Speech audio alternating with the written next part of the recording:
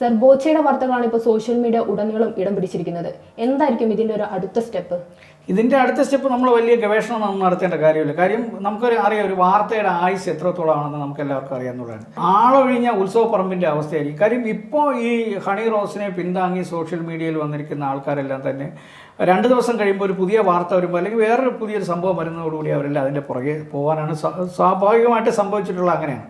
പക്ഷേ ഇതിനകത്ത് എനിക്ക് പ്രധാനമായിട്ട് ചൂണ്ടിക്കാണിക്കാനുള്ള ഒരു സംഗതി എന്ന് പറഞ്ഞു കഴിഞ്ഞാൽ, ഞാൻ കേരളത്തിലെ ഒരു പ്രധാനപ്പെട്ട 2-3 വ്യവസായികളുമായിട്ട് ഈ വിഷയം ഒരു ഒക്കേഷണലി നമുക്ക് സംസാരിക്കേണ്ടി വന്നതാണ്. അപ്പോൾ അവർ പറഞ്ഞ ഒരു സംഗതി എന്ന് പറഞ്ഞു കഴിഞ്ഞാൽ, ഈ ഹണി റോസിൻ്റെ ഭാവി എന്താകും എന്ന് ഞാൻ അവരോട് ചോദിച്ചു. അപ്പോൾ അവർ പറഞ്ഞ മറുപടി എന്ന് പറഞ്ഞു കഴിഞ്ഞാൽ, സ്വാഭാവികമായിട്ട് അവർക്കെല്ലാം ഒരുപാട് സ്ഥാപനങ്ങളുള്ളവരാണ്. അപ്പോൾ അവർ പറഞ്ഞ് ഞങ്ങൾ പല സെലിബ്രിറ്റികളെയും ഇനാഗുറേഷന് വിളിക്കാറുണ്ട്. പക്ഷേ ഹണി റോസിനെ സംബന്ധിച്ചിടത്തോളം ഇത്തരത്തിലുള്ളൊരു വിവാദം വന്ന സ്ഥിതിക്ക് ഇനി ആരും അങ്ങോട്ട് വലിയ രീതിയിൽ അല്ലെങ്കിൽ ആരെങ്കിലും അത്രയും റിസ്ക് എടുത്ത് ആരെങ്കിലും വിളിക്കുമെന്നുണ്ടെങ്കിലേ ഉള്ളൂ. അല്ലാതെ മിക്കവാറും അവരെ ഈ ഇത്തരത്തിലുള്ള ഇനാഗുറേഷനുകളിൽ നിന്നും അല്ലെങ്കിൽ മറ്റ് ഫംഗ്ഷനുകളിൽ നിന്നും ഒഴിവാക്കി നിർത്താനുള്ളൊരു സാധ്യത കാണുന്നുണ്ട്. കാര്യം അവർ പറയുന്നതെന്ന് വെച്ച് കഴിഞ്ഞാൽ, നാളെ അവർ നമ്മുടെ സ്ഥാപനത്തിൽ ഒരു ഇനാഗുറേഷൻ നമ്മൾ വിളിച്ചു, നമ്മുടെ സ്ഥാപനത്തിലുള്ള ഏതെങ്കിലും ഒരു വ്യക്തിയുടെ വായിൽ നിന്ന് എന്തെങ്കിലും ഒരു നാവ് പിഴവ് സംഭവിച്ചാൽ അവർ നാളെ കേസ് കൊടുക്കില്ല എന്ന് എന്തുറപ്പുണ്ട്?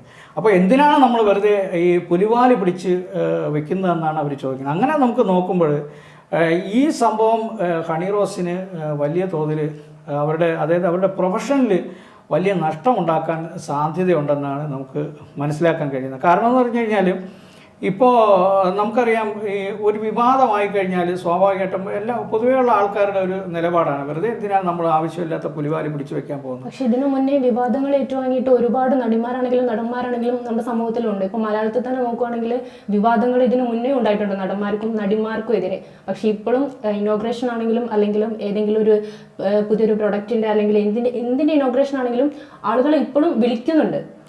അതിപ്പം മലയാളത്തിലാണെങ്കിലും ഇപ്പം ഇന്ത്യ മൊത്തം നോക്കുകയാണെങ്കിലും വിളിക്കുന്നുണ്ട്, മാറ്റി നിർത്തപ്പെടുന്നില്ല അവർ. അപ്പോൾ ഹണി റോസിനും അതുപോലൊരു തിരിച്ചുവരവ് ഉണ്ടാവില്ലേ? അങ്ങനെ നമുക്ക് ഒരു 100% നമുക്കൊരു ബൈബാക്ക് ഗ്യാരണ്ടിയോടുകൂടി നമുക്ക് അങ്ങനെ പറയാൻ കഴിയില്ല. കാര്യം എന്ന് പറഞ്ഞു കഴിഞ്ഞാൽ, ഇപ്പോൾ ദിലീപിൻ്റെ അവസ്ഥ നമുക്കെടുക്കാം. ദിലീപിൻ്റെ വിഷയം വേറൊരു വിഷയമാണ്. പക്ഷേ സോഷ്യൽ മീഡിയയിൽ ദിലീപ് ഭയങ്കര വിവാദങ്ങൾക്ക് പ്രശ്നങ്ങളിൽപ്പെട്ട ഒരാളാണ്. ദിലീപിനെ ഇപ്പോൾ ഏതെങ്കിലും അധികം ഇനാഗുറേഷനൊന്നും അധികം അങ്ങനെ ആരും വിളിക്കാറില്ല. പിന്നെ ഞാനിപ്പോൾ അതിലോട്ട് വിഷയം മാറ്റി പോകുന്നതല്ല. ഈ ചിലപ്പോൾ ഒരുപക്ഷെ ആൾക്കാർ ഹണി റോസിനെ വീണ്ടും വിളിച്ചേക്കാം. ഇപ്പോഴത്തുള്ള ഒരു ട്രെൻഡിൻ്റെ ഇത് വെച്ചിട്ട് വീണ്ടും അവർ കുറച്ചൊന്ന് വൈറലായിട്ടുണ്ട് അതിൻ്റെ. പക്ഷേ ക്രമേണ അവരെ സംബന്ധിച്ചിടത്തോളം അവരുടെ ഫ്യൂച്ചറിൽ അത് കാര്യം സ്വാഭാവികമായിട്ടും ചിന്തിക്കുന്ന ആൾക്കാർ പെട്ടെന്നൊന്ന് ഭയക്കും. കാര്യം എന്തെങ്കിലും സംഭവിച്ചു പോയി കഴിഞ്ഞാൽ പിന്നെ ഇപ്പോൾ ബോച്ചെ കൊതുകടി കൊണ്ട് ജയിലിൽ പോയി കിടക്കുന്ന അവസ്ഥയിൽ അവർക്കും പോയി കിടക്കേണ്ട ഒരു അവസ്ഥ വന്നാലോ എന്ന് ചിന്തിക്കുന്ന ആൾക്കാർ കാണും. അപ്പോൾ സ്വാഭാവികമായിട്ട് അവർക്ക് കുറയാനാണ് എൻ്റെ ഒരു നിഗമനത്തിൽ. എനിക്ക് അങ്ങനെ മാത്രമേ പറയാൻ കഴിയുള്ളൂ. മറ്റൊരു സംഗതി എന്ന് പറഞ്ഞു കഴിഞ്ഞാൽ, ഇപ്പോൾ ഇതിൻ്റെ ഒരു മറുവശമുണ്ട്. ഇപ്പോൾ ബോബി ചെമ്മണ്ണൂരിനെ സംബന്ധിച്ചിടത്തോളം ഇപ്പോൾ ബോച്ചെ ഫാൻസുകാരല്ല ഇത് വലിയ രീതിയിൽ ഇന്നലെ തന്നെ നമ്മൾ കണ്ടല്ലോ. നമ്മൾ ഈ ബോച്ചെ അറസ്റ്റ് ചെയ്ത് കൊണ്ടുവന്ന സമയത്ത് വലിയ രീതിയിൽ ആഘോഷിക്കുന്ന ഒരു കാര്യമൊക്കെ നമ്മൾ കണ്ടു. പക്ഷേ ബോച്ചയും മനസ്സിലാക്കേണ്ട ഒരു കാര്യം, ഏതാനും ഒരു വർഷത്തിന് മുമ്പാണല്ലോ നമുക്കറിയാവുന്നുള്ളൊരു ഇൻസിഡൻറ്റ് സംഭവിച്ചു. ഈ ഭാഗ്യലക്ഷ്മിയായിട്ട് ബന്ധപ്പെട്ട് സോഷ്യൽ മീഡിയയിൽ ഒരു വലിയ ഇതുപോലെ എന്തോ ഒരു കമൻ്റ് ഇട്ട്, അദ്ദേഹത്തിൻ്റെ പേരെന്തോ ഒരു വിജയ് പി നായർ. വിജയ് പി നായർ. അപ്പോൾ വിജയ് പി നായർ കമൻ്റ് ഇട്ട് അതിൻ്റെ പുറകിൽ ലക്ഷക്കണക്കിന് ആൾക്കാരാണ് ആ വീഡിയോയിൽ വിജയ് പി നായരെ സപ്പോർട്ട് ചെയ്ത് കമന്റ് ചെയ്യുകയും ആ വീഡിയോ സന്ദർഭത്തിലൂടെ കടന്നു പോകുമ്പോൾ ഏതൊരു സ്ത്രീയും പ്രതികരിക്കേണ്ടതല്ലേ? തീർച്ചയായിട്ടും. അപ്പം ബോബി ചെമ്മണ്ണൂരിനെ പോലെയുള്ള ആൾക്കാർക്ക് നല്ല ചുട്ടാടി ഇതുപോലെ ഏതെങ്കിലും സ്ത്രീകൾ വേറെ കൊടുത്തു കഴിഞ്ഞാൽ അതോടുകൂടി ഇതെല്ലാം നിൽക്കാൻ ഒരു ദിവസം കൊണ്ട് നിൽക്കുക. സൈബർ കേസിൻ്റെയും അറസ്റ്റിൻ്റെയും സർക്കാരിന് തന്നെ ചിലവൊന്നും വരില്ല, ഒറ്റ ദിവസം കൊണ്ട് ഇതൊക്കെ നിൽക്കും. അപ്പോൾ ആ തരത്തിലോട്ട് ചിലപ്പം ചിന്തിക്കുന്ന സ്ത്രീകളും കാണും. ഇപ്പം ഹണി റോസ് ആയതുകൊണ്ട് ചിലപ്പോൾ അവർ ക്ഷമിച്ചു. വേറൊരു സ്ത്രീയാണെന്നുണ്ടെങ്കിലോ അവരൊരു ചെരുപ്പുമായിട്ട് അവിടെ ചെന്ന് ഒന്ന് കൈകാര്യം ചെയ്ത് കഴിഞ്ഞാൽ ഈ സംഭവം അവിടെ നിൽക്കും. ഒരു FIR വേണ്ട, ഒന്നും വേണ്ട, ഒറ്റ ദിവസം കൊണ്ട് അവിടെ നിൽക്കും. പക്ഷേ നമ്മളിതിൽ നിന്നുള്ള എല്ലാം മനസ്സിലാക്കേണ്ട കാര്യം എന്ന് പറഞ്ഞു കഴിഞ്ഞാൽ, നമ്മളൊരു പൊതു സമൂഹത്തിൽ ഇടപെടുമ്പോൾ, അത് സോഷ്യൽ മീഡിയയിലായിരുന്നാലും ഏത് സന്ദർഭങ്ങളിലായിരുന്നാലും നമുക്കൊരു പൊതുമര്യാദ എന്ന് പറഞ്ഞൊരു സാധനമുണ്ട്. അത് പാലിക്കാൻ നമ്മൾ ബാധ്യസ്ഥരാണ്. ഇപ്പോൾ ഏത് പുരുഷന്മാരായിരുന്നാലും ഏത് സ്ത്രീകളായിരുന്നാലും ബാധ്യസ്ഥരായിരുന്നു. പക്ഷെ ഹണി റോസിന്റെ വസ്ത്രധാരണ അല്ലെങ്കിൽ വസ്ത്ര സ്വാതന്ത്ര്യത്തെ മാത്രം ചോദ്യം ചെയ്യപ്പെടുന്ന ഒരു സമൂഹമാണ് ഇപ്പോൾ ഉള്ളത്. അതിപ്പോൾ ഇന്ത്യയിൽ മൊത്തമായിട്ട് നോക്കുകയാണെങ്കിൽ സ്ത്രീകളുടെ വസ്ത്രങ്ങൾ മാത്രം ചോദിച്ചത്. എന്തുകൊണ്ട് വസ്ത്രങ്ങൾ എന്നതിലേക്ക് ഒരു ചൂണ്ടിക്കാണിക്കപ്പെടുന്നത് തോന്നിയിട്ടുണ്ടോ? അല്ല, അങ്ങനെ ഒരു കേരളത്തിലെ അല്ലെങ്കിൽ ഇന്ത്യയിലെ മൊത്തം സ്ത്രീകളുടെ ഒരു ബ്രാൻഡ് അംബാസിഡറായിട്ട് നമുക്ക് ഹണി റോസിനെ കാണാൻ എനിക്ക് ബുദ്ധിമുട്ടാണ്. പക്ഷെ ഒരു സംസ്കാരത്തിന്റെ ഭാഗമായിട്ട് മാത്രം ഇന്ന രീതിയിലുള്ള വസ്ത്രങ്ങൾ മാത്രമേ സ്ത്രീകൾ ധരിക്കാൻ പാടുള്ളൂ എന്നുള്ളത് അങ്ങനെ നമ്മൾ ഒരിക്കലും ആരും നിഷ്കർഷിച്ചിട്ടില്ല, ഒരു പുരുഷന്മാരും പറയില്ല. കാര്യം നമ്മുടെ വരുന്ന കമന്റ്സുകളെല്ലാം ആ ഒരു രീതിയിലാണ്. കമന്റ്സ് നമുക്ക് മാറ്റി നിർത്തിയിട്ട് കമന്റ്സ് അടുത്ത് നമുക്ക് ചർച്ച ചെയ്യാം. ഈ ചർച്ചയിൽ തന്നെ നമുക്ക് അതിന്റെ മറുപടി പറയാം. ഇപ്പോൾ ഇന്ത്യയിലെ മൊത്തം സ്ത്രീകളുടെ ബ്രാൻഡ് അംബാസിഡറായിട്ട് നമുക്ക് ഹണി റോസിനെ കാണാൻ വലിയ ബുദ്ധിമുട്ടാണ്. കാരണം എന്ന് പറഞ്ഞു കഴിഞ്ഞാൽ ഹണി റോസിന് ഒരു ഇൻറ്റൻഷനുണ്ട്. ആ ഇൻറ്റൻഷനെ കുറിച്ച് ഞാനല്ല പറയുന്നത്, രാഹുൽ ഈശ്വർ കഴിഞ്ഞ ദിവസം അദ്ദേഹത്തിൻ്റെ സോഷ്യൽ മീഡിയ പ്ലാറ്റ്ഫോമുകളിലെല്ലാം ഒരു ചാനൽ ചർച്ചയിൽ പോലും രാഹുൽ ഈശ്വർ അത് വളരെ വ്യക്തമായി പറഞ്ഞിട്ടുണ്ട്. കാര്യം ഹണി റോസ് നടത്തുന്നത് ഒരു ബിസിനസ്സാണ്. അവർ ഒരു ആൺനോട്ടം പ്രതീക്ഷിച്ചുകൊണ്ട് അവരൊരു പബ്ലിക്കിൻ്റെ ഇടയിൽ ചെല്ലുമ്പോൾ, ഒരു ക്രൗഡിൻ്റെ ഇടയിൽ ചെല്ലുമ്പോൾ ആൺനോട്ടം പ്രതീക്ഷിച്ചുകൊണ്ട് അല്ലെങ്കിൽ ഒരു ക്രൗഡിനെ കൂട്ടാൻ വേണ്ടിയിട്ട് അവർ ചില വസ്ത്രധാരണ രീതികൾ ഉപയോഗിക്കുന്നത്. അത് അവരുടെ സ്വാതന്ത്ര്യമാണ്, അതിനൊന്നും നമുക്ക് എതിരഭിപ്രായം പറയാൻ പറ്റില്ല. പക്ഷേ അങ്ങനെ വരുമ്പോൾ സ്വാഭാവികമായിട്ടും ഇത്തരത്തിലുള്ള നമുക്ക് ഈ സമൂഹത്തിലുള്ള എല്ലാവരെയും നമുക്ക് നിയന്ത്രിക്കാൻ പറ്റുമോ? ലോകത്ത് എത്ര നിയമങ്ങൾ ഉണ്ടാക്കിയിരുന്നാലും ശരി തന്നെ നിയമങ്ങൾ ലംഘിക്കാൻ വേണ്ടിയിട്ടുള്ളതാണെന്ന് കൂടി ചിന്തിക്കുന്ന ഒരു വലിയ വിഭാഗമുണ്ട്, മനസ്സിലായില്ലേ? അപ്പോൾ അത്തരത്തിലുള്ള നമുക്ക് എവിടെയാണ് അവർ ഒളിഞ്ഞിരിക്കുന്നത്, അവരെന്ത് പ്രവർത്തിക്കുന്നത്, ഒരു നിയമത്തിനും അവരെ കീഴ്പ്പെടുത്താൻ കഴിയില്ല. അത് അങ്ങനെ ഒരു ഇൻസിഡൻറ്റ് ഉണ്ടാകുമ്പോൾ മാത്രമേ പോലീസിന് ഇടപെടാൻ പറ്റുള്ളൂ. നമ്മളല്ലാതെ നമുക്ക് പോലീസിനെ ഒരിക്കലും കുറ്റം പറയാൻ പറ്റില്ല. ഒരു സംഭവം ഉണ്ടാകുമ്പോൾ മാത്രമേ പോലീസിന് അതിനകത്ത് ഇടപെടാനും നിയമ നടപടി സ്വീകരിക്കും. അപ്പോൾ നമ്മൾ സ്വാഭാവികമായിട്ടും നമ്മളൊരു മുൻകരുതൽ എടുക്കണം. അതിപ്പോൾ ഹണി റോസ് ആയിരുന്നാലും ശരി തന്നെ, മറ്റുള്ള സ്ത്രീകളായിരുന്നാലും ശരി തന്നെ, നമ്മുടെ ഇൻറ്റൻഷൻ കറക്റ്റ് ആയിരിക്കണം. നമ്മൾ ഒരു ബിസിനസ്സിൻ്റെ ഭാഗമായിട്ട് നമ്മളൊരിക്കലും അങ്ങനെ ചെയ്യാൻ പാടില്ലെന്നുള്ളതാണ് എൻ്റെ ഒരു. ഹണി റോസ് ഇപ്പോൾ നേരിട്ടുകൊണ്ടിരിക്കുന്ന ഈ പ്രശ്നങ്ങൾ പരാതിയുമായിട്ട് നടി മുന്നോട്ട് വന്നതിന് ശേഷമാണ് ഇപ്പോൾ ഇതിന് പുറകെ ഒരുപാട് ആളുകൾ മുന്നോട്ട് വരുന്നത്. മാല പാർവതിയെ പോലെ ഒരുപാട് ആളുകൾ പരാതിയുമായി തനിക്ക് നേരിട്ട അനുഭവം പറഞ്ഞുകൊണ്ട് മുന്നോട്ട് വന്നിട്ടുണ്ട്. അപ്പോൾ ഇതിനെപ്പറ്റി എന്താണ് സാറിന് പറയാനുള്ളത്? അതായത് നമ്മൾ കേരള സർക്കാരിൻ്റെ ഈ ക്രൈം റെക്കോർഡ്സ് നമ്മൾ പരിശോധിക്കുമ്പോൾ ഈ 2024 തന്നെ ഏകദേശം 3233 കേസുകൾ രജിസ്റ്റർ ചെയ്തിട്ടുണ്ട് ഈ സൈബറുമായിട്ട് ബന്ധപ്പെട്ട്. ഇത്തരത്തിലുള്ള സൈബർ ലിഞ്ചിങ്ങുമായിട്ട് ബന്ധപ്പെട്ടുള്ള കേസുകൾ 3000-ലധികം കേസുകൾ രജിസ്റ്റർ ചെയ്യപ്പെട്ടു. ഇപ്പോൾ ഇതിനകത്തൊരു വലിയ പ്രാധാന്യം എന്ന് പറഞ്ഞു കഴിഞ്ഞാൽ ഈ ഹണി റോസ് ഒരു വലിയ സെലിബ്രിറ്റിയും കേരളം മൊത്തം അറിയപ്പെടുന്ന ആളും അതിനൊരു പ്രാധാന്യം വന്നതുകൊണ്ടാണ് ഈ കേസ് ഇപ്പോൾ ഈ സോഷ്യൽ മീഡിയയും അല്ലെങ്കിൽ നമ്മളെ ചാനലുകളും എല്ലാം ചർച്ച ചെയ്തു. കേരളത്തിൽ എത്രയോ ഈ സൈബർ ലിഞ്ചിങ് കാരണം എത്ര ആത്മഹത്യകൾ നടന്നു, എത്ര ആത്മഹത്യകൾ. ഈ അടുത്ത കാലത്താണ് നമ്മുടെ പൂജപ്പുരയിൽ തിരുവനന്തപുരത്ത് തന്നെ ഉള്ള ഒരു പെൺകുട്ടി, ഒരു സോഷ്യൽ മീഡിയ ഇൻഫ്ലുവൻസർ സൂയിസൈഡ്. നിങ്ങളെല്ലാം അറിയായിരിക്കുമല്ലോ. അല്ലാതെ മറ്റ് 2 സ്ത്രീകൾ അല്ലാതെ ആത്മഹത്യ ചെയ്തിട്ടുണ്ട്. പുരുഷന്മാർ നിരവധി പേര് ആത്മഹത്യ ചെയ്തിട്ടുണ്ട്.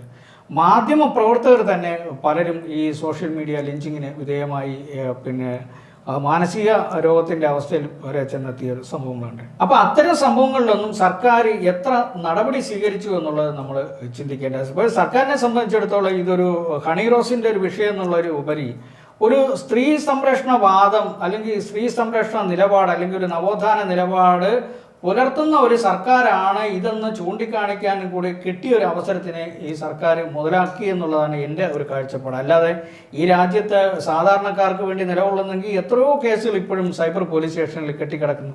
എതിർകക്ഷിക്ക് ഒരു നോട്ടീസ് പോലും കൊടുക്കാത്ത 100 കണക്കിന് കേസുകൾ. പിണറായി വിജയൻ വരെ ഇപ്പോൾ പിന്തുണ അറിയിച്ചു. തീർച്ചയായിട്ടും. കാര്യം പിണറായി വിജയൻ വന്നതെന്ന് വെച്ച് കഴിഞ്ഞാൽ അദ്ദേഹത്തെ സംബന്ധിച്ചിടത്തോളം ഹണി റോസിന് വലിയ ഫാൻസ് ഉണ്ട്, ബോച്ചയ്ക്ക് വലിയ ഫാൻസ് ഉണ്ട്. ഇതിനകത്ത് ഇടപെട്ട് കഴിഞ്ഞാൽ രാഷ്ട്രീയപരമായിട്ട് അവർക്കൊരു വലിയ ഒരു സ്ത്രീത്വവാദം അല്ലെങ്കിൽ സ്ത്രീപക്ഷ സർക്കാരാണ്, ഇത് സ്ത്രീകൾക്കെതിരെ എന്തെങ്കിലും ആക്രമണങ്ങൾ ഉണ്ടായാൽ ഞങ്ങൾ കർശന നടപടിയെടുക്കും എന്ന തരത്തിലൊരു പൊതുമണ്ഡലത്തിലൊരു ബോധം സൃഷ്ടിക്കാൻ വേണ്ടിയിട്ട് കിട്ടിയൊരു അവസരം വളരെ കൃത്യമായി അവർ വിനിയോഗിച്ചു എന്നുള്ളതാണ് നമുക്കിതിനകത്ത് പറയാൻ കഴിയുന്ന സംഗതി. എന്തുകൊണ്ട് ഇത്തരം കേസുകളെല്ലാം മൂടപ്പെട്ടു എന്നതിൽ സാറിന് തോന്നിയിട്ടുണ്ട്? എന്തുകൊണ്ട് ഇതെല്ലാം മുന്നോട്ട് വരാതെ, അല്ലെങ്കിൽ ഇത്രയും നടന്ന മരണങ്ങൾ അല്ലെങ്കിൽ സൈബർ ബുള്ളിങ്ങിന് ഇരയായിട്ട് മരണത്തിലേക്ക് പോയിട്ടുള്ള ആളുകൾ, ഇവർക്ക് വേണ്ടി കിട്ടാതെ പോയ നീതികൾ, അതെല്ലാം എന്തുകൊണ്ട് ഇങ്ങനെ മൂടപ്പെട്ടു പോയെന്നുള്ളത്? മൂടപ്പെട്ടു എന്ന് പറഞ്ഞു കഴിഞ്ഞാൽ നമ്മൾ ഇത്തരം കേസുകളുടെ ഒരുപാട് ആഴങ്ങളിൽ നമ്മൾ ഇറങ്ങി പരിശോധിക്കേണ്ട ഒരു കാര്യം. പല കേസുകളിലും എതിർപക്ഷത്ത് നിൽക്കുന്ന മരിച്ചു പോയില്ല, അവർക്കൊന്നും ചിലപ്പം ചോദിക്കാനോ, മരിച്ചവരെന്തായാലും കുഴിയിൽ നിന്ന് എഴുന്നേറ്റ് വന്ന് ഇത്തരം കാര്യങ്ങൾ ചോദിക്കില്ലെന്ന് ഈ അന്വേഷണ ഉദ്യോഗസ്ഥനും അറിയാം, പിന്നെ പല കേസുകളിലും ഈ ബന്ധുക്കളോ ആരും തന്നെ സാധാരണക്കാരായിരിക്കും പലരും ഈ കേസുകളിലെ വാദികളായിട്ട് വരുന്നത്. അപ്പോൾ അവരാരും തന്നെ ഇതിൻ്റെ പുറകെ പോകാനോ അല്ലെങ്കിൽ വീണ്ടും സോഷ്യൽ മീഡിയ അറ്റാക്ക് ഉണ്ടാകുമെന്ന് ഭയന്നിട്ട് വീണ്ടും സോഷ്യൽ മീഡിയ അറ്റാക്ക് ഉണ്ടാകും അത് ഭയന്നിട്ട് അവർ വിചാരിക്കും ശേഷിച്ചവരെങ്കിലും സ്വസ്ഥമായിട്ട് ജീവിക്കട്ടെ എന്ന് വിചാരിച്ചിട്ട് പലരും ഇത്തരം കേസുകളുടെ പുറകിലൊന്നും പോകാറില്ല. ധാരാളം നമ്മൾ കേട്ട് കഴിഞ്ഞാൽ അല്ലെങ്കിൽ നമുക്ക് അറിയാമല്ലോ, ഈ അടുത്ത കാലത്താണ് നമ്മുടെ കേരളത്തിൽ മാത്രമല്ല തൊട്ടടുത്ത ചെന്നൈയിൽ ഒരു കുഞ്ഞ് ടെറസിൻ്റെ മുകളിൽ നിന്ന് ഫ്ലാറ്റിൽ നിന്ന് വീണു. പക്ഷേ കുഞ്ഞിനെ രക്ഷപ്പെടുത്തി. തൊട്ടടുത്ത ദിവസം ആ അമ്മയുടെ പിഴവാണ് കുഞ്ഞിന് കാരണം എന്ന് ആരോപിച്ചുകൊണ്ട് വല്ലാത്ത രീതിയിൽ സൈബർ ബുള്ളിങ് ഉണ്ടായി. ആ അമ്മ അടുത്ത ദിവസം ആത്മഹത്യ ചെയ്തു. അപ്പം ഇങ്ങനെ ആൾക്കാരുടെ കൊലക്കങ്ങളിലേക്ക് തള്ളിവിടുന്ന രീതിയിൽ നമ്മുടെ സാമൂഹ്യ മാധ്യമ മേഖല മാറിയിരിക്കുകയാണ്. ഇതിനെ നിയമം കൊണ്ടൊന്നും നമുക്ക് തടയാൻ കഴിയുമെന്ന് എനിക്ക് തോന്നുന്നില്ല. കാരണം ഇത് ഒരു സമൂഹത്തിൻ്റെ സംസ്കാരത്തിൻ്റെ അല്ലെങ്കിൽ തിരിച്ചറിവിൻ്റെ ഒരു ഭാഗമായിട്ട് അല്ലെങ്കിൽ ഒരു അതിനെ നമുക്ക് പ്രത്യേകിച്ച് വേറെ വാക്കുകൾ ഉപയോഗിക്കാൻ കഴിയില്ല, അതിൻ്റെ ഒരു ഭാഗമായിരുന്നത് മാറിക്കഴിഞ്ഞു. അപ്പോൾ അതിൽ നിന്ന് സ്വയം മോചിതരാവാൻ നമ്മൾ ഓരോരുത്തരും സോഷ്യൽ മീഡിയയിൽ പിന്നെ കാര്യങ്ങൾ പങ്കുവയ്ക്കുമ്പോൾ എൻ്റെ അഭിപ്രായത്തിൽ വ്യക്തിപരമായിട്ടുള്ള വസ്തുതകളൊന്നും തന്നെ സോഷ്യൽ മീഡിയയിൽ പരമാവധി ഷെയർ ചെയ്യാതിരിക്കാം. നമുക്ക് സോഷ്യൽ മീഡിയ നല്ല കാര്യങ്ങൾക്ക് ഉപയോഗിക്കാം, നമുക്ക് അറിവ് നൽകാനും അല്ലെങ്കിൽ എൻ്റർടൈൻമെൻറ്റിനും മറ്റു കാര്യങ്ങൾക്കുമായിട്ട് ഉപയോഗിക്കാം. അല്ലാതെ നമ്മുടെ സ്വകാര്യ ജീവിതത്തെക്കുറിച്ചോ അല്ലെങ്കിൽ നമ്മൾ പോലീസ് സ്റ്റേഷനിൽ കൊടുത്ത പരാതികളെക്കുറിച്ചോ അല്ലെങ്കിൽ മറ്റ് നമ്മുടെ സുഹൃത്ത് ബന്ധങ്ങൾ തകർന്നതിനെക്കുറിച്ചോ ഒന്നും സോഷ്യൽ മീഡിയയിൽ പങ്കുവെച്ച് കഴിഞ്ഞാൽ അതിനെ എതിർത്തുകൊണ്ട് പെട്ടെന്ന് തന്നെ ഇന്നലെ വരെ നമ്മുടെ കൂടെ നിന്ന ആൾക്കാരെല്ലാം അതിനെ കമൻറ്റ് ചെയ്തുകൊണ്ട് നമുക്കെതിരായിട്ട് വരും. അതോടുകൂടി മാനസികമായിട്ട് ആൾക്കാർ തകർന്നു. പക്ഷെ അതിലൂടെ റീച്ച് നേടിയിട്ട് ഉയരങ്ങളിലെത്തിയ ആൾക്കാരും ഇല്ലേ? അത് വളരെ കുറച്ച് ആൾക്കാരേ ഉള്ളൂ. അപ്പം നമ്മൾ ഈ വിജയിച്ച ഒരു 1-2 പേരെ കണ്ടുകൊണ്ട് ഭൂരിപക്ഷം ആൾക്കാർ ഇതിലേക്ക് ചാടി ഇറങ്ങുന്നത്. അപ്പോൾ സോഷ്യൽ മീഡിയ നല്ല കാര്യങ്ങൾക്ക് ഉപയോഗിക്കാം, എത്രയോ നല്ല കാര്യങ്ങൾക്ക് നമുക്ക് സോഷ്യൽ മീഡിയ നമുക്ക് പ്രയോജനപ്പെട്ടു. ഈ അടുത്ത കാലത്ത് തന്നെ നമ്മളൊരു കുഞ്ഞിനെ കാണാതായ സംഭവം, ആസാമിലെ കേരളത്തിൽ വന്ന് താമസിച്ചൊരു കുഞ്ഞിനെ കാണാതായ സംഭവം, കുട്ടിയെ കണ്ടെടുക്കാൻ സഹായിച്ചത് കേരളത്തിലെ സോഷ്യൽ മീഡിയയുടെ ഷെയറിംഗ് ആണ്. അപ്പോൾ അതെല്ലാം നമുക്ക് നല്ല കാര്യങ്ങളാണ്. പക്ഷേ നമ്മുടെ ഈ ചർച്ചയിലെ ഒരു പ്രധാനപ്പെട്ട വിഷയം എന്ന് പറയുന്നത് ഒരു ഹണി റോസ് കൊണ്ട് അല്ലെങ്കിൽ ഒരു ഹണി റോസിൻ്റെ വിഷയത്തിലേക്ക് സർക്കാർ നടപടിയെടുത്തത് കൊണ്ട് മാത്രം ഇവിടുത്തെ സാധാരണക്കാർക്ക് നീതി ലഭ്യമാകില്ല. കേരളത്തിലെ മുഴുവൻ സൈബർ കേസുകളും അടിയന്തരമായിട്ട് തന്നെ പോലീസ് അന്വേഷിക്കുകയും സാധാരണക്കാരനും കൂടെ നീതി കിട്ടണം ഈ കൂട്ടത്തിൽ എന്നുള്ളതാണ് എനിക്ക് പറയാനുള്ളത്. സർ, ഇപ്പോൾ ഹണി റോസിന്റെ കേസ് മുന്നോട്ട് വന്നപ്പോൾ തന്നെ കമന്റ്സ്, അതായത് പോസ്റ്റ് ചെയ്ത ഹണി റോസ് എന്ന നടി പോസ്റ്റ് ചെയ്ത പോസ്റ്റിന് താഴെ വന്ന കമന്റ്സ് എന്ന് പറയുന്ന ഒക്കെ മിക്കതും ദ്വയാർത്ഥ പ്രയോഗങ്ങളിലൂടെ മാത്രമുള്ള കമന്റ്സ് ആയിരുന്നു. അതിലൂടെയാണ് അറസ്റ്റ് ചെയ്യപ്പെട്ടവരുടെ എണ്ണം 30-ന് അടുത്തെത്തുകയും ചെയ്തിട്ടുണ്ട്. ഇതിനെപ്പറ്റി സാറിന് എന്താണ്? അല്ല, അത് വളരെ കറക്റ്റായിട്ടുള്ള ഒരു ചോദ്യമാണ്. നമ്മൾ ഈ സോഷ്യൽ മീഡിയയിൽ നമ്മളിപ്പോൾ ഒരു പോസ്റ്റ് ഇട്ട് കഴിഞ്ഞാൽ ഈ പോസ്റ്റ് അല്ല പ്രശ്നം ഉണ്ടാക്കുന്നത്. പോസ്റ്റിന് അടിയിൽ വരുന്ന ഒരു കമൻറ്റ് ബോക്സിൽ വരുന്ന ഓരോ കമൻറ്റുകൾക്ക്, ചില കമൻറ്റുകൾക്കെല്ലാം 1000 ലൈക്കൊക്കെയാണ് വരുന്നത്. അപ്പോൾ അതായത് ഈ കമൻ്റ് ഇടുന്ന ആളിനെ സപ്പോർട്ട് ചെയ്യാനായിട്ട് വീണ്ടും വീണ്ടും ആൾക്കാർ ഈ അമീബ പെറ്റി പെരുകും പോലെ കൂടുന്ന ഒരു കാഴ്ച. അതാണ് ഏറ്റവും അതിഭീകരമായ അവസ്ഥ എന്ന് പറയുന്നത്. ഒരാൾ ഒരു വൾഗർ കമൻ്റ് ഇട്ട് കഴിഞ്ഞാൽ അതിനകത്ത് അതിനെ ആഘോഷമാക്കി മാറ്റുന്ന ഒരു വലിയ സമൂഹം, വലിയൊരു കൂട്ടം നമ്മുടെ ഇടയിലുണ്ട്. അതൊരു വളരെ പ്രധാനപ്പെട്ട ഒരു സംഭവമാണ്. അപ്പോൾ ഇത്തരത്തിലുള്ള ആൾക്കാർക്കെതിരെയും കർശന നടപടി. എന്തായാലും പോലീസ് ഈ കമൻറ്റ് ബോക്സിൽ വന്നവരെ അങ്ങനെ ചരിത്രത്തിൽ ആദ്യമായിട്ടാണ് തോന്നുന്നത് ഈ കമൻറ്റ് ബോക്സിനെ ബേസ് ചെയ്തുകൊണ്ട് കേസെടുത്ത ഒരു അവസ്ഥ. നേരത്തെ അങ്ങനെയൊന്നും കമൻറ്റ് ബോക്സ് സംബന്ധമായിട്ടൊന്നും അധികം കേസുകളൊന്നും വന്നിട്ടില്ല. പക്ഷേ മലയാളികളുടെ ലൈംഗിക ദാരിദ്ര്യം തന്നെയല്ലേ ഈ കമന്റ്സ് ബോക്സ് മുഴുവൻ കാണുന്നത്? ഈ ലൈംഗിക ദാരിദ്ര്യം എന്ന് പറഞ്ഞാൽ എനിക്ക് മനസ്സിലാവുന്നില്ല. ലൈംഗിക ദാരിദ്ര്യം എന്ന് പറഞ്ഞത് എല്ലാ സ്ഥലത്തും ഉണ്ട്. പക്ഷെ ആ രീതിയിലാണ് വരുന്ന സോഷ്യൽ മീഡിയയിൽ വരുന്ന കമന്റ്സുകൾ മൊത്തം. അതായത് നമ്മൾ ജീവിക്കുന്ന ഒരു പുരുഷ മേധാവിത്വ ലോകത്താണ്. അപ്പോൾ സ്വാഭാവികമായിട്ടും അതിൻ്റെ ഒരു ബഹിർസ്ഫുരണമാണ് ഈ കമൻറ്റുകളെല്ലാം. അല്ലാതെ ഈ ലൈംഗിക ദാരിദ്ര്യം എന്ന് പറയുന്നത് എല്ലാവരും വാക്കാൽ പറയുന്നത് അല്ലാതെ എന്താണ് ലൈംഗിക ദാരിദ്ര്യം എന്ന് അറിഞ്ഞൂടാ. മനസ്സിലായില്ലേ?